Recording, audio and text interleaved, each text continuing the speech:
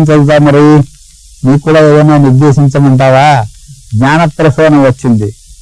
మరి స్వామిని ఎవరు వద్యటం లేదు. ఎంత మరి ఆ దేవి నవరాత్రులు అయినప్పటికీ కాస్త ఒక్కటైనా ఆయన మీద పద్యం రాకపోతే చూడు. పరమేశ్వరుడి మీద ఏదైనా ఒక పద్యం చెప్పు. తిన్నడు కాళహస్తీశ్వర మహత్యంలో శివలింగాన్ని దర్శిస్తాడు. బాగుంది, చదవండి.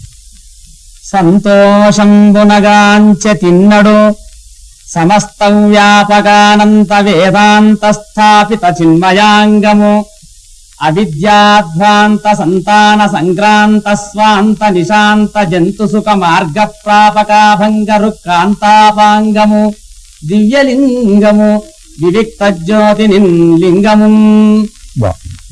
ఈ ఆవృత్తి కూడా పూర్తి చేశాము.